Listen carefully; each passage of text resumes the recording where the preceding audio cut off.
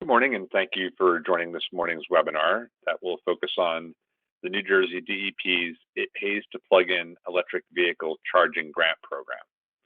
The webinar will feature Andrea Friedman, Supervisor of Electric Vehicle Programs at the NJDEP. She'll provide us with an overview of the DEP's EV Charging Grant Program and cover who is eligible, reimbursement rates, application procedures, and how New Jersey dealerships can take advantage of this valuable program. We also have Brian Wallace, a partner at Witham Smith & Brown, who will briefly discuss the tax benefits available to dealerships who participate in the program. Before we begin, I just have a few quick housekeeping details. On the right-hand side of your screen is a control panel. Please take particular note of the Questions tab. During the call, all participants will be muted. If you have a question during the presentation, we ask that you write it down. When both presentations are completed, you can submit your question in the Questions tab if it hasn't already been answered. They're going to cover a decent amount of information here over the next, I think, 30 to 45 minutes. So your question may very well be answered. So let me turn things over to Andrea to kick things off. Andrea? Thank you, Brian, and thank you to NJ Carr for organizing this webinar. Good morning, everybody. I'm Andrea Friedman. I supervise electric vehicle programs at the New Jersey Department of Environmental Protection. My focus is largely on light-duty vehicles, passenger vehicles, and I work on policy and grant programs as well. If you contact me and I can't answer your question, I know who can. It's a good time to be selling electric vehicles in the U.S. and New Jersey. The market is off to a strong start in 2021. I know that dealers took a real hit last year because of COVID. The market is bouncing back and EVs are selling well. Just February 2021 sales are double those for the same month last year. And if you're looking at quarterly sales for 2021, even without data from March, if you just add up EV sales from January and February, they exceed sales from the first quarter of last year by 9%, even without March. So things are looking good, and there are a lot of attractive electric vehicles in the pipeline. This slide was put together by Plug in America. It shows the OEM EV product pipeline through 2023, and it doesn't even include all of the vehicles in the pipeline. It's just what would fit in the slide. So we're seeing vehicles that customers want to buy. There are SUVs, crossover utilities, sedans, pickup trucks, you name it. If it's something that customers want to buy, it is available now or going to be available very soon as an all-electric and or a plug-in hybrid electric. New Jersey has the best rebate program in the entire country. Up to $5,000 rebate on the purchase or lease of a new electric car. The program, when it started up, was a post-purchase reimbursement program, so there was paperwork that had to be done by the customer. When the program relaunches in the summer of this year, it will be a point-of-sale program, cash on the hood. And I know that NJ Carr has been good about keeping dealers in the loop about the status of that program. When you add the state rebate, the federal tax credit, and the state sales exemption, that's a lot of incentives for consumers. They can save up to thousands of dollars. So there's the state rebate of up to $5,000, the federal tax credit of up to $7,500, and there is no state sales tax on the pure electric vehicles in New Jersey. So we're talking more than $12,000 potential savings. So now I'm going to talk to you about our grant program for EV charging stations. Dealerships are eligible.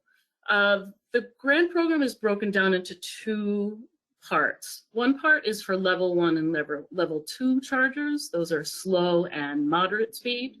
And the other part is the public fast chargers. Those are much faster, much more expensive, and it is unlikely that dealers will be eligible, but I'll talk a little about it at the end.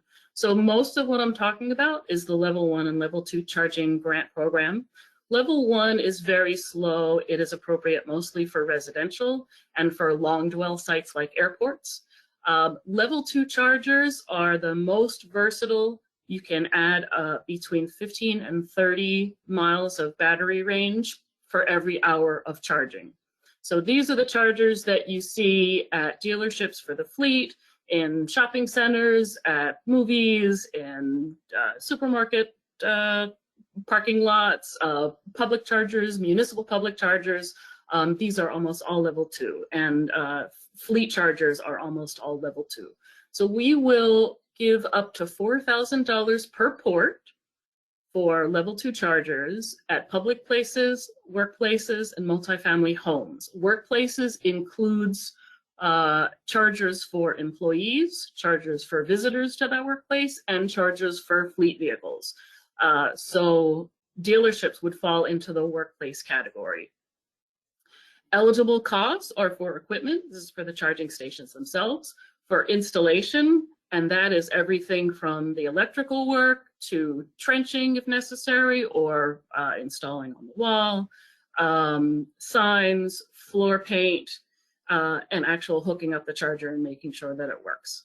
We'll also cover maintenance agreement of up to 5 years and network fees for up to 5 years. We're requiring that these chargers be networked, and that means they deliver electricity and they also deliver data back to you. So you can see, you can track the charging, you can see how much they're being used, you can make sure they're working, and the company that has the maintenance agreement can often fix them remotely if they're down and need to be sort of restarted. They can be often diagnosed remotely as well. This is a first come, first served program.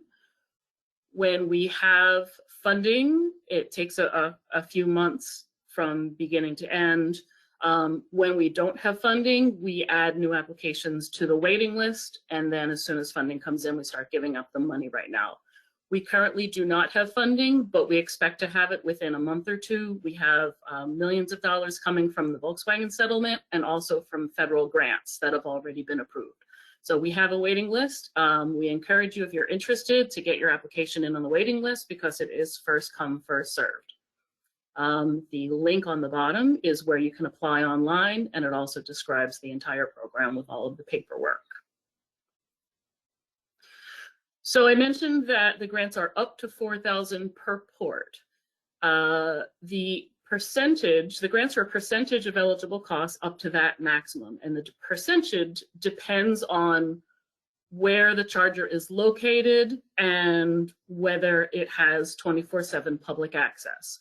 So a public charger, for example, on a municipal charger or in a Walmart parking lot, a public place open to the public 24/7 will reimburse 100% if it's on government property, 80% if it's on private property. Workplace chargers, which would include dealerships, they do not have to be open to the public. They can be solely for your fleet vehicles. You can open them to the public if you'd like to, but you don't have to.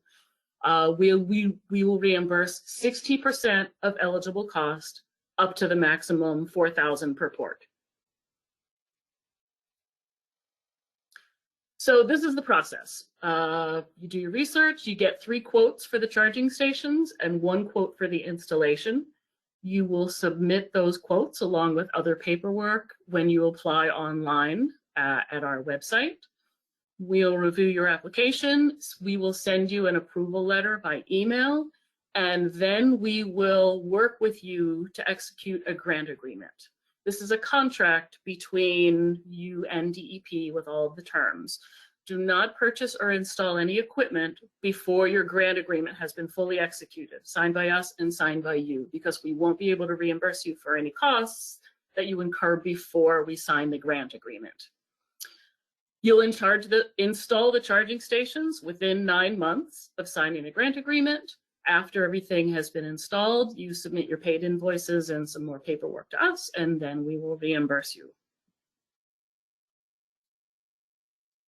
So that was all for the level 1 and level 2 charging station program. The other part of our program are grants for public DC fast chargers. These are large chargers that you'll see sometimes in banks of Tesla chargers or in rest stops. other public places, they're almost more like gas stations. They will charge most batteries up to about 80% in 20 minutes or so, 20, 25, 30 minutes, depending on how big the battery is. They're meant to be in and out. They're very powerful, they're very expensive, and they often require new utility service for the electrical power. This is not first come, first serve. We choose these, we award these based on a competitive solicitation. The current funding round is closed, so this program is not active now. We do anticipate opening another solicitation later in the year. These must be open to the public 24/7. There are a lot of requirements. They must accept credit cards. They must show their how much the fee is. It seems unlikely to me that it would be appropriate on the property of a dealership, although we wouldn't rule it out. If you think you have a property that would be appropriate and you're interested, get in touch with us and we can have a chat. I know that some dealers are interested in perhaps sponsoring a DC fast charger in their community on other property. We'd be interested in talking to you about that as well. One great thing about the fast chargers is that it gives people the confidence to buy electric vehicles. Most people who buy EVs install a home charger in their garage or in their parking space, but many people want to know that if they need a charger out on the road, they can find one. And people who live in apartments or condos or other places that don't have their own parking, if they want an EV, they're going to need public chargers. So by putting in a public DC fast charger, you can give people a confidence they need to buy an EV. The grants for these are up to $200,000 per site for 2 fast chargers, very high power, 150 kW minimum. So for more information about electric vehicles, including our grant program, you can go to our website, Drive Green. We have information on electric vehicle basics, charging, incentives, the policy initiatives that New Jersey is having, and lots of resources. Email us if you have questions, drivegreen@dep.nj.gov. Our grants team will answer all of your questions. Or you can follow us on social media for updates. The bottom of this slide has a link to our listserv. So if you are interested in getting automatic updates when we update our programs or when we put out another competitive solicitation, you'll want to sign up for our listserv. And feel free to contact me if you have any questions. You might want to take a minute to write this down. This is my last slide. I'm more than happy to talk to you if you have ideas, if you have questions, or I can loop in the right people to ask you. We're very excited about electric vehicles in New Jersey. We're making enormous progress. The cars are coming onto the market. Sales are good. Drivers are excited and are great enthusiasts and spread the word, and we want to do anything that we can do to help you sell cars. So thank you very much. I'm going to turn it back over to Brian. Okay, Andrea, while I switch Brian, the presenter, to Brian Wallace, we did get one question, if you can clarify. And by the way, anybody who's, all of our participants, if you have any questions, please feel free to submit them to the questions tab. Brian will be speaking for probably about 10 or 15 minutes or so, and then we'll take whatever questions everybody has. Andrea, you mentioned fleets. Can you clarify that means it means vehicle inventory? Correct. Yes, fleets can include vehicle inventory, absolutely. So you will need chargers at your dealership, so you keep the EVs that are up for sale charged up. So then whenever anyone comes in and wants to see one, it's charged up and ready to go. So yes, absolutely, chargers that are used for your fleet inventory are eligible. Okay. Great. Well, as I said, if anybody has any other questions, please feel free to submit them. And we'll hand things over to Brian to talk about some of the tax benefits that there are for EV charging. Brian? Great, thanks, Brian. assume you guys can hear me okay and you can see my screen. So Yes. that's good on my end. Andrea, thanks for that presentation. I mean, I think your portion of this presentation is really the most important part of it. My section is really more of a public service announcement to, you know, make sure you're keeping your accountant in the loop on what you're doing with these EV charging stations. We're all kind of aware of the state grants. We can help you out, but I would say, you know, mostly we're going to direct you to the state themselves to walk you through that program. But you know, what else is important is that there are some federal tax credits that are available. Well, one in particular, the alternative fuels vehicle refueling property credit that gets reported on this form 8911. It is available, obviously, to dealerships. It's also available to individuals. So if you have an EV, an electronic vehicle, and you set up a charger in your home, you can get a credit on that. That's a small credit compared to the commercial credit. Commercial credit is the lesser of $30,000 or 30% of the credit base. And so what's the credit base? Credit base is the cost minus some adjustments. And that's really where you want to get your accountant involved in the analysis, because what adjustments do you make to the credit base? Because the idea here is to maximize the credit. So the things we need to take into consideration, there are different methods for depreciating the underlying property. In general, EV chargers are 5-year maker's property, which means they would qualify for full expensing under Section 179. They would also qualify for full expensing under 168K, which is bonus depreciation. And while it sounds like they do the same thing, the results you get actually are a little bit different, because your Section 179 depreciation is actually going to decrease your credit base, which will decrease the amount of your credit. So there is a scenario where you buy some EV charging stations and you take Section 179 and you get no credit, depending on the total value. Additionally, the state grant monies, in general, state grants are taxable income. They're included in your gross income. But there's some guidance out there that says maybe it's a reduction in the costs, maybe it's a reduction in the credit base. So you really need to kind of sort through the guidance on that and make sure you're treating it in the most favorable manner. My next slide is, I'm going to spend probably 2 minutes on it, because there's a ton of information on here, and you guys will you'll be able to see the slides, and you get copies of them. You can kind of pour over them a little bit at your leisure, or provide them to your accountants and say, make some sense of this for me. But what it shows in the far left corner, right? So in this example, and it may not even be real world, but this is, you know, assumes, let's say 10 charging ports or pumps, and with a total cost of $70,000, right? That might be a little bit high, but under the pays to plug-in grant, I made an assumption that these were on a portion of the dealership property that's fully accessible to the public 24/7. So there's a 80% credit available on this. You know, you may be in the 60% category, which will change the numbers a little bit. But so what happens on the far left? You get a $40,000 grant. If we make an assumption that that's a reduction in the credit base, now your credit base is $30,000. If you take Section 179 on that, now you're down to 0 for a credit base. And all the way at the bottom, there's sort of a net cash impact of this whole transaction and a net cash cost. And I threw in after year 6, because in some cases, you know, dealerships may not be able to take advantage of full expensing under bonus depreciation regulations, because of there's a floor plan interest exception that could kick you out of that option.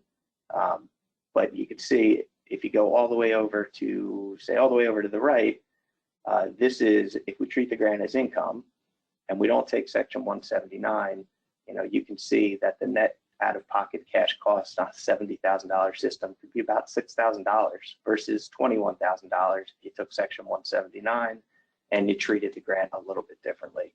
So that's probably a little bit too much information, but you know, my motivation here was to make sure that everybody is talking to their accountants and getting them in early in the process so that you can evaluate, the cost benefit of doing one of these EV stations.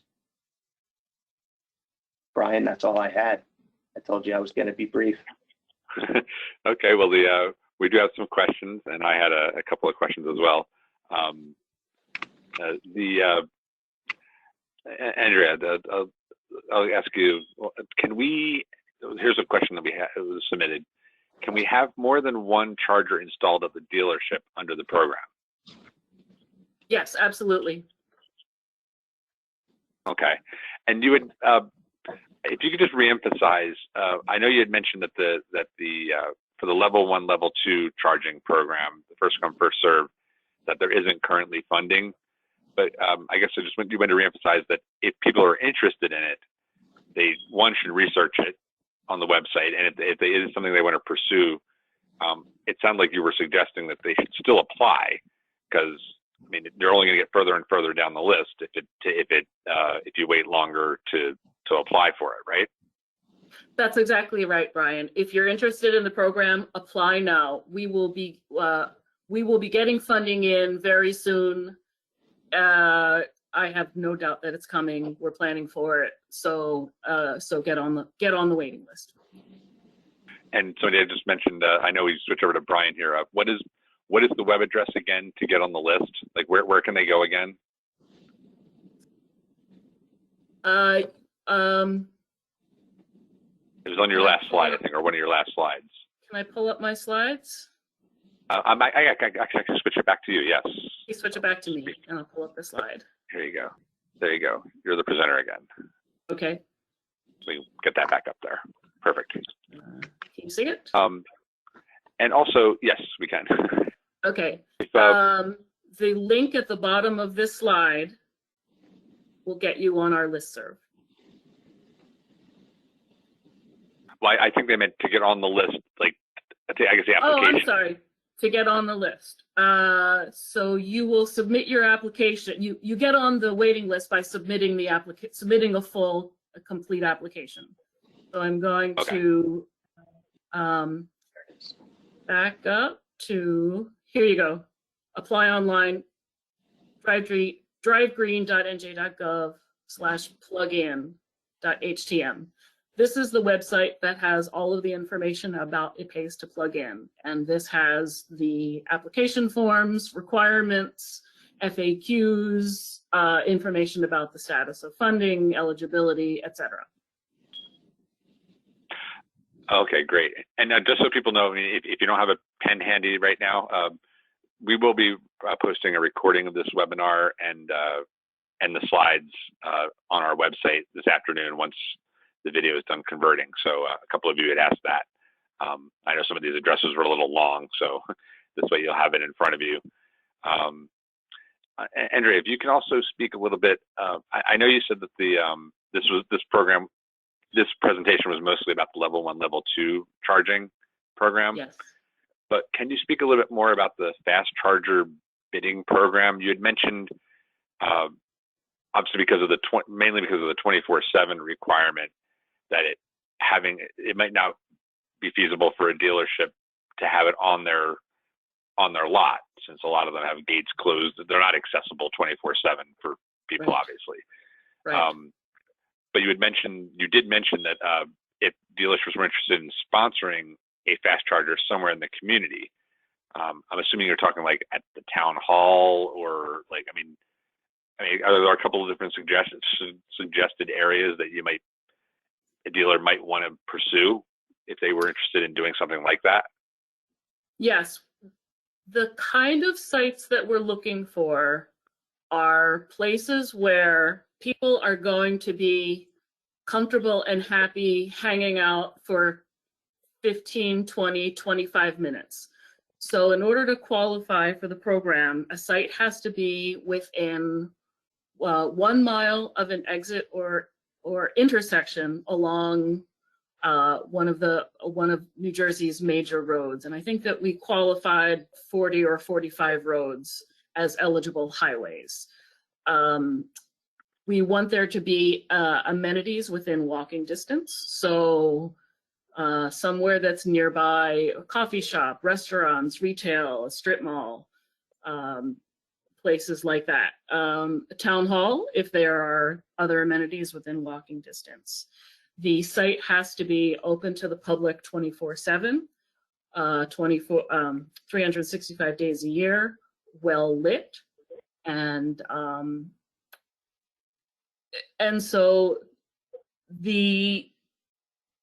I could see a scenario where a dealership teamed up with a municipality that had a good site that's, municipal or county-owned land that would meet our qualifications, and perhaps the municipality gave you permission to do the project on their land, and you provided the money, or perhaps you would split the investment. Perhaps there is a business nearby that would be willing to be a site host, and you could work out the finances with them. Does that answer your question, Brian? I think so, yes. Yeah, the kinds of places we're seeing that were successful are places like a shopping center with a big Target in it, and the shopping center uses a couple of their parking spots to put in the charging stations, or a Target parking lot.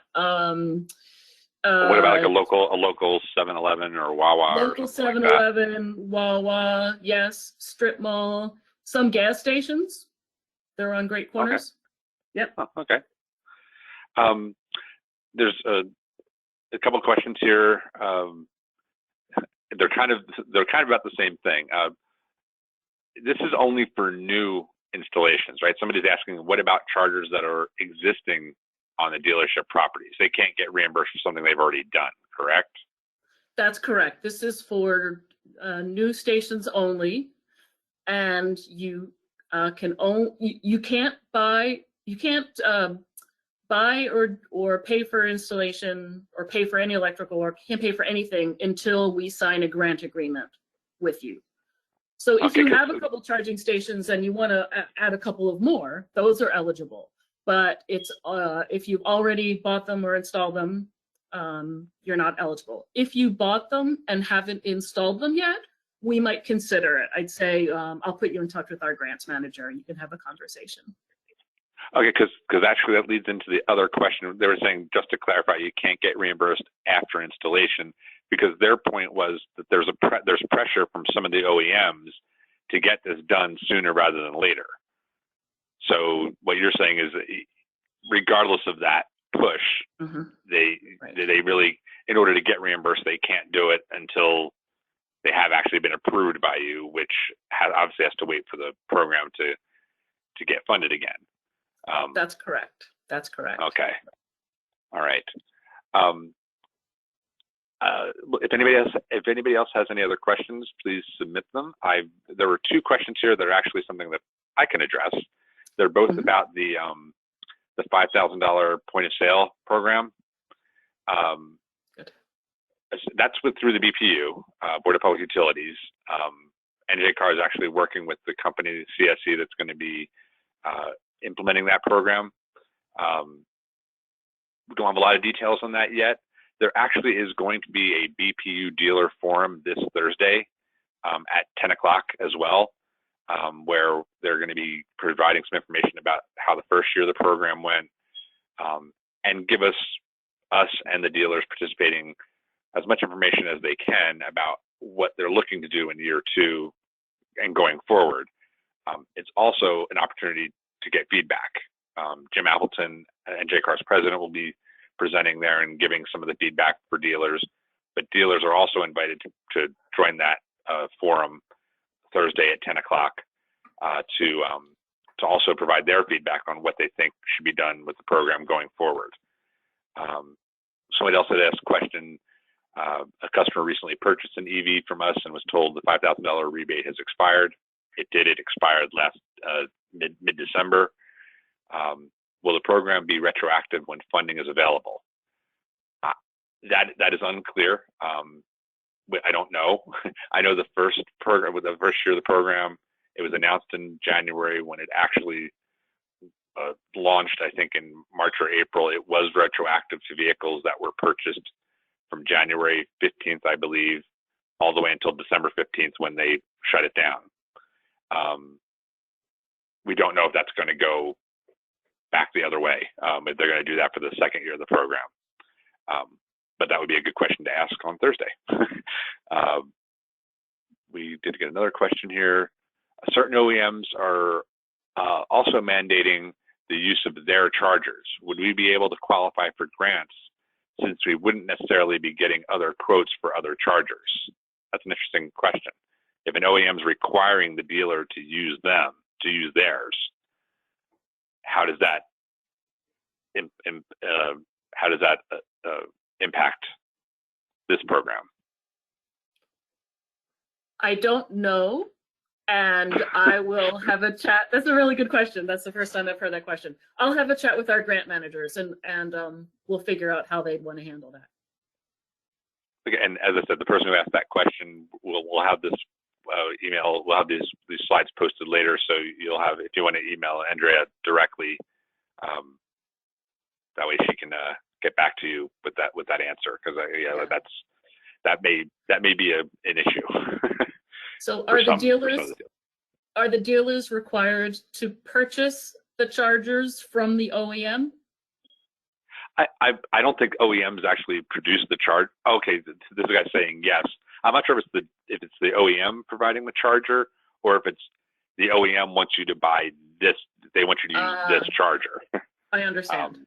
I understand. Either way, if it's the OEM mandating a specific charger, whether it's something they produce or one particular vendor, right? I guess just how would that impact this program? Because then yeah, I understand. That's a good question. I'll talk to the grant program. I think it's unlikely that we would hold you to the requirement to get 3 quotes if you really don't have the option to buy anything other than a particular model from a particular manufacturer. That's good, because a couple of others, as we're talking about this, a few other people are saying, yep, the FCA requires a specific charger.